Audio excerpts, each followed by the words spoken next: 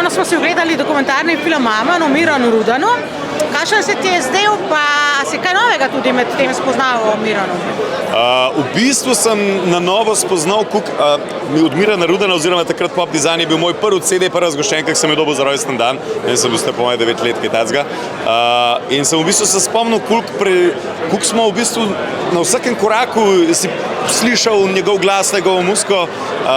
Drugače sem pa valjda spoznal, da nisem vedel, da ima tako faconarsko mamo, da je taka srčica in da je tako, kot vse naše mame, da pač mora vse malo požugati, tudi če je ponosna na te, in je tako bila res, joj, sladka, tako da smo mu naročili, da ne v imenu cele dvorane ji da poljubčkov, mljavžen. Drugače pa ja, veliko stvari teh njegovih notranjih bojev, ki jih je dajal skozi, tega valjda nismo vedeli, se pa spomnim, kako smo takrat spremljali, stiskali pesti, a se bo zmazal po nesreči ali ne.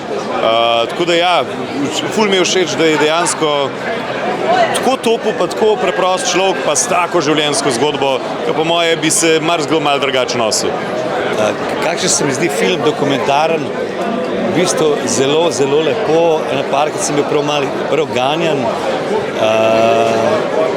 S tem mi je bila pa res najbolj všeč Miranova mama, ki je bila najbolj neposredna in ki je tako povedala, da je še premalek lečil. Pa noben komad ni bil všeč, oziroma da Medena, ta mi je pa všeč, ta pa mi je všeč, je rekla. A tvoja mama ne bi bila tako iskrena?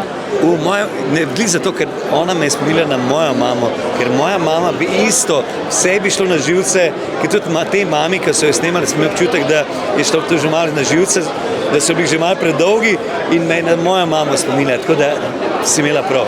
No, zanimivi so bili določeni ljudje s svojimi izjavami in marsikdo ga je videl čisto drugačni luči, kot sem se ga jaz predstavljal.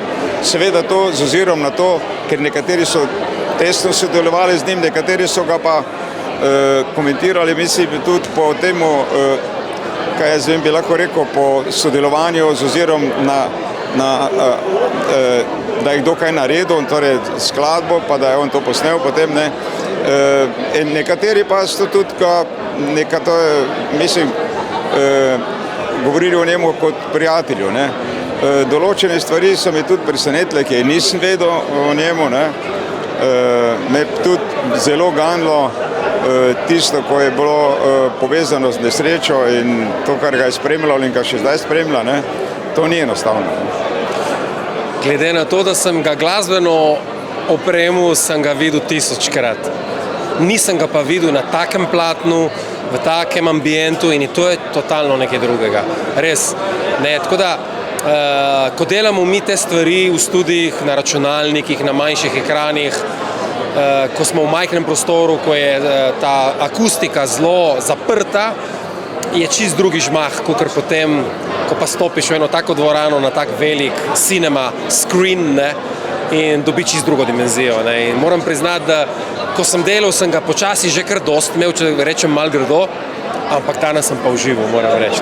Ne zaradi mojega dela, ampak zaradi kompletnega proizvoda. Tako da dejansko priporočam marsikomu, da si to pogleda, ker mislim, da Slovenija takega grafično, glasbeno, dokumentarnega filma o nekem glasbeniku še ni imela do zdaj.